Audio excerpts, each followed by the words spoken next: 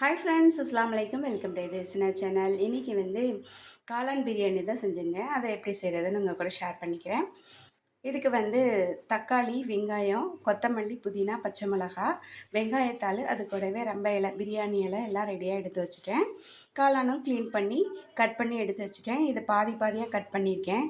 ஏன்னா ரொம்ப பொடியாக கட் பண்ணோன்னா பார்த்திங்கன்னா பிரியாணியோட அது மிக்ஸ் ஆயிரும்.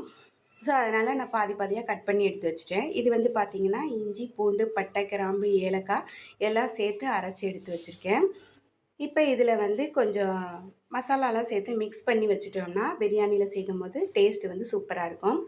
இதில் அரை ஸ்பூன் இஞ்சி பூண்டு பேஸ்ட்டு, அது கூடவே ஒரு அரை ஸ்பூன் மிளகாத்தூள், தனி மிளகாய்த்தூள், கொஞ்சமாக உப்பு, ஒரு ஸ்பூன் தயிர், கலருக்காக கொஞ்சம் கேசரி பவுட்ரு சேர்த்துருக்கேன். எல்லாத்தையும் ஒன்றா சேர்த்து மிக்ஸ் பண்ணி ஊற வச்சிடலாம். இப்போ நம்ம பிரியாணி தாளிச்சிடலாம்.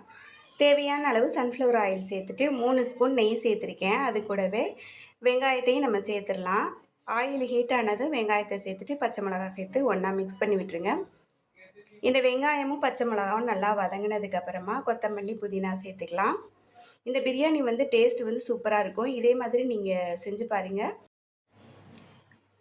இப்போ இஞ்சி, பூண்டு, பட்டை, கிராம்பு, ஏலக்காய் எல்லாம் சேர்த்து அரைச்சி வச்ச விழுதில் தேவையான அளவு சேர்த்துக்கலாம். இது கூட பிரியாணி இலையும் சேர்த்துட்டேன். இப்போ எல்லாம் நல்லா வதங்கட்டும். வதங்கினதுக்கப்புறமா 3 ஸ்பூன் பட்டர் சேர்த்துக்கலாம். இது ஏன் இப்போ சேர்க்குறேன்னு பார்த்தீங்கன்னாக்கா, நம்ம ஆரம்பத்துலேயே சேர்த்தோம்னா அடி பிடிக்கிற மாதிரி இருக்கும். அதனால் தக்காளி, வெங்காயம், பச்சை மிளகா எல்லாம் நல்லா வதங்கினதுக்கப்புறம் சேர்த்தோம்னா நல்லா சாஃப்டாக வெந்துடும். சூப்பராகவும் இருக்கும் டேஸ்ட்டு. மசாலாலாம் இப்போ நல்லா வெந்துருச்சு. இப்போ இதுக்கு தேவையான அளவு எலுமிச்சம்பழம் சாறு ஊற்றிக்கலாம். இப்போ 1 ஸ்பூன் மிளகாத்தூள் சேர்த்துருக்கேன். 3 ஸ்பூன் மல்லித்தூள் சேர்த்துருக்கேன். எல்லாத்தையும் ஒன்றா நல்லா மிக்ஸ் பண்ணி விட்டுருங்க. இப்போ நம்ம மசாலாலாம் சேர்த்து மிக்ஸ் பண்ணி வச்சுருக்க காளானையும் இது கூட சேர்த்து எல்லாத்தையும் ஒன்றா நல்லா வதக்கி விட்டுடலாம். டேஸ்ட்டு சூப்பராக இருக்கும். இதே மாதிரி நீங்கள் ட்ரை பண்ணி பாருங்கள்.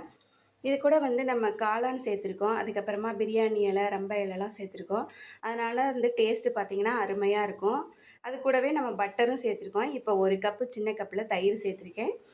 இதையும் நல்லா ஒன்றா மிக்ஸ் பண்ணி விட்டுடலாம். இப்போ இதுக்கு தேவையான அளவு உப்பு சேர்த்துட்டேன்.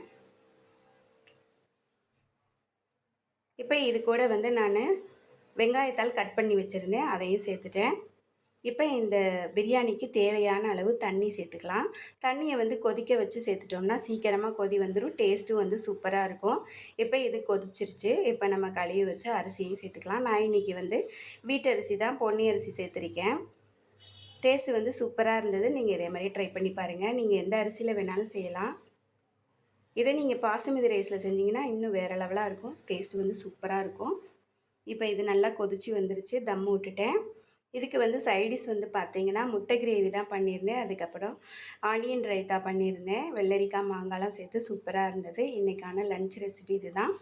நம்ம தம்மு உடையில் 3 ஸ்பூன் நெய் விட்டு அப்படியே மூடி வச்சிட்டிங்கன்னா நம்மளுக்கு சாப்பிடும்போது கரெக்டாக இருக்கும்.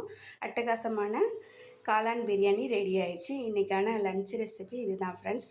தொடர்ந்து நம்ம சேனலுக்கு சப்போர்ட் பண்ணுங்கள், சப்ஸ்கிரைப் பண்ணுங்கள், மறக்காமல் லைக் பண்ணுங்கள். கமெண்ட்ஸ் பண்ணுற எல்லா ஃப்ரெண்ட்ஸுக்கும் ரொம்ப நன்றி.